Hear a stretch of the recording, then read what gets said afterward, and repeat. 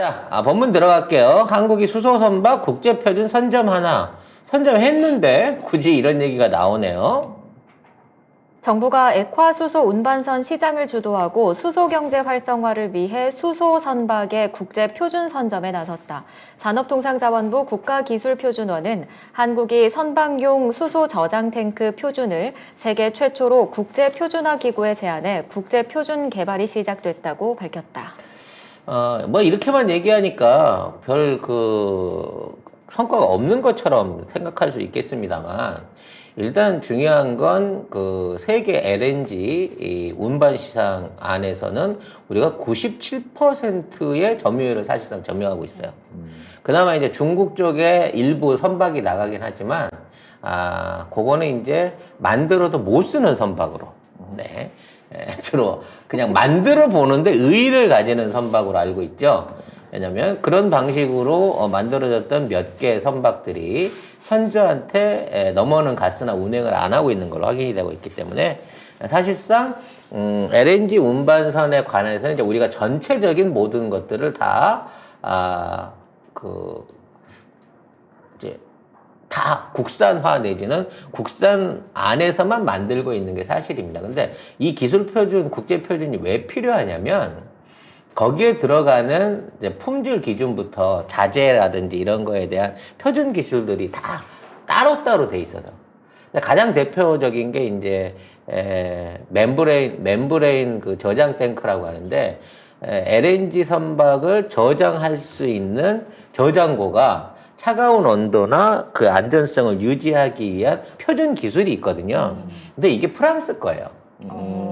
그래서 프랑스 기술을 우리가 로열티를 주고 쓰고 있거든. 프랑스가 의외로 그런 첨단 기술도 많이 가지고 있나요? 의외로 뭐 잠깐 초창기 때, 왜냐면 그러니까. 이게 이제 처음 개발됐을 때 프랑스가 설계에 참여를 하면서 다른 나라 같은 경우에는 이제 이중 탱크 방식을 많이 썼어요. 이게 탱크 벽을 두껍게 하는 방식인데, 이거는 이제 멤브레인 방식이라 그래가지고 벽을 쓰지 않기 때문에 사실상 선박에 외피하고 바로 붙어갖고 탱크를 제작할 수 있게끔 함으로써 용적량을 크게 늘리면서 그 다음에 이제 온도를 안정적으로 유지하는 기술 설계를 프랑스가 했다는 거죠. 그걸 갖고 우리나라한테서 보통 한 척에 한 100억 원씩 로열티를 뜯어갔었다는 얘기죠. 한 척에 네. 100억 원이요? 근데 이제 그거를 갖고 있는 상황에서 우리나라가 자체적인 기술을 개발했어요. 근데 이걸 가지고 적용을 하려고 하니까 프랑스가 딴지를 놓는 거지. 이거 하면 안전성을 확보할 수 없다. 문제 생기면 안 된다. 그래서 이런 표준이 안 이루어지면 보험을 못 들어요. 그렇죠. 사실은 선박을 운항하는 데 있어서 제일 중요한 거는 보험 가입이거든요. 네. 근데 이제 문제는 LNG는 뭐 어쩔 수 없이 1%예요. 그 선박 가격의 거의. 1%의 로열티를 주고 그 기술을 현재는 우리도 어쩔 수 없이 쓰고는 있습니다. 근데 이제 우리가 자체적으로 선박 표준을 만들어서 국내에서 이제 예를 들어 국내에 선주가 나온다 그러면 한국 기술로 갑시다라고 해서 갈 수 있는 건데, 외국에 있는 선수들 같은 경우에는 그거 주더라도 프랑스자로 해주세요 이렇게 나온다는 거야. 그래서 이 표준은 중요한 겁니다. 표준이 사실은 상당히 중요해서 저희가 이 표준이 왜 중요하냐면은, 그래서 중국이 1대1로를 하는 게 단순히 다른 나라의 뭐 차관을 빌려주고 그 나라와 경제 협력을 하고 그런 나라들이 늘어나고의 문제가 아니라, 걔네들이 그런 사회 인프라를 구성하면서 다 중국형으로 만들어 버리는 게, 그렇게 그렇죠. 되면은 중국형을 쓰는 나라가 많아지면 많아질수록 중국계 표준이 돼버리는 거거든요. 근데 사실상 수소 운반선은 현존하지가 않아요. 아직까지 안 만들어진 선박입니다. 그리고 이 선박을 처음으로 표준화를 해서 만들어낸 게 글로비스하고 현대중공업이에요. 그래서 지금 이거를 제조를 하고 있는 거예요. 1호 선박을 만들고 있는 겁니다. 이 1호 선박을 만드는데 그 안에 들어가는 모든 저장 기술, 그 다음에 배관에 들어가는 기술, 운영, 그 다음에 엔진, 뭐 이런 모든 기술들을 거의 100% 국산화했어요. 그렇게 되다 보니까 이걸로 표준을 만들어 버리면 사실상 앞으로 늘어날 수소 운반선 시장은 전부 다 대한민국이 독점을 할 수 있는, 또는 누가 만일 외국에서 이런 선박을 만들려고 하면 한국에 기술 로얄티를 주고서 선박을 만들어야 되는 상황을 일으킬 수 있다는 거죠. 그래서 이거를 선점하느냐 안 하느냐는 앞으로 일어날 수 있는 수소 운반선 시장 자체를 한국이 독점하는 안 하느냐 굉장히 중요한 이슈를 갖고 있는 거예요. 근데 LNG보다도 앞으로는 수소가 훨씬 더 많은 물동량과 거래량을 가질 가능성이 높습니다. 그렇게 되겠죠. 아무래도 그렇게 훨씬 유리하거든요. 그렇죠. 그렇게 되는 게 맞고 또. 왜냐면 이거는 그 수소 연료는 이 자체로도 연료화 할 수 있을 뿐더러 전기로도 사용할 수 있어요. 수소를 갖다 이게 보일러 떼는 사람은 없습니다.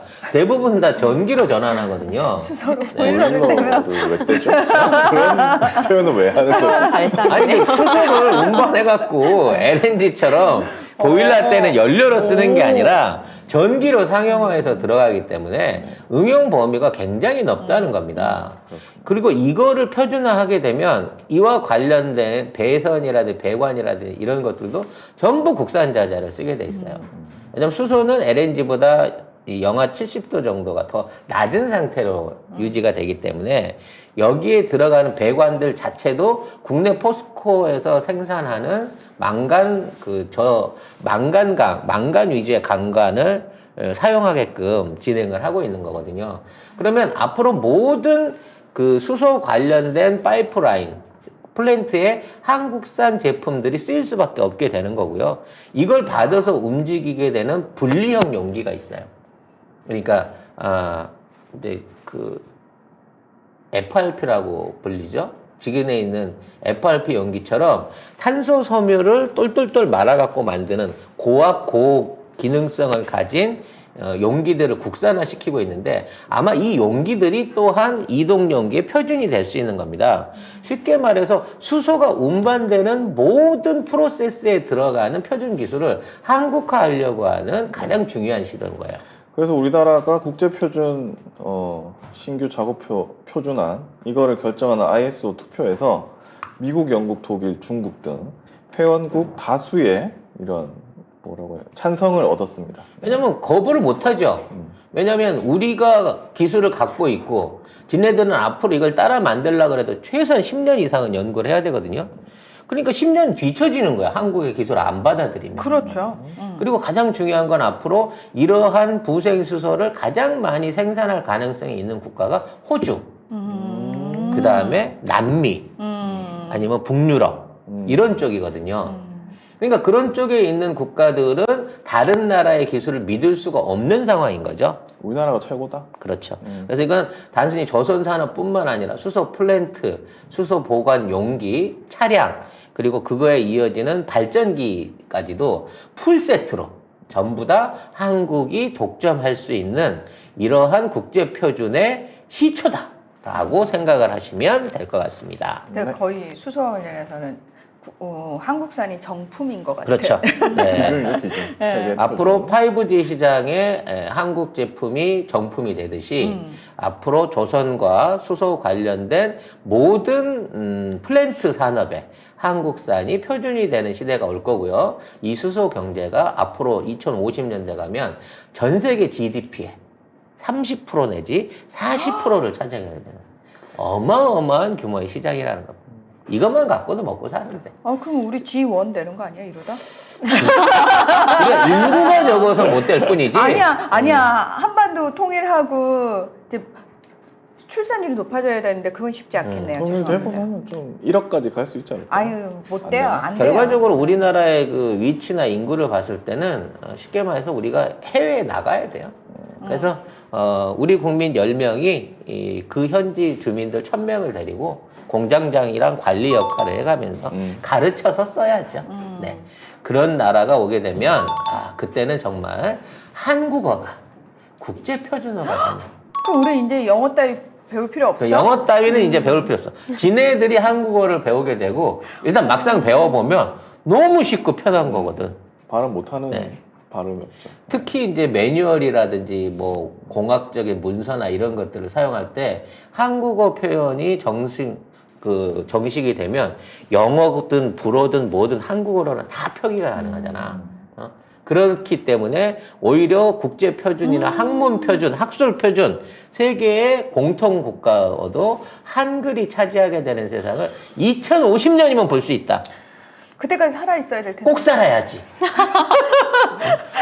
윤석열이 갑자기 그 영부인이 없다고 영부인이란 말이 없습니다 이래가지고 갑자기 또 뜬금 갑자기 그 생각이 나네요. 아니 퍼스트 레이드는 있는데 영부인한 단어는 없대. 그래서 아니 외국에서 영부인한 단어 안 쓴대. 그래서 우리나라에 당연히 우리나라만 쓰지.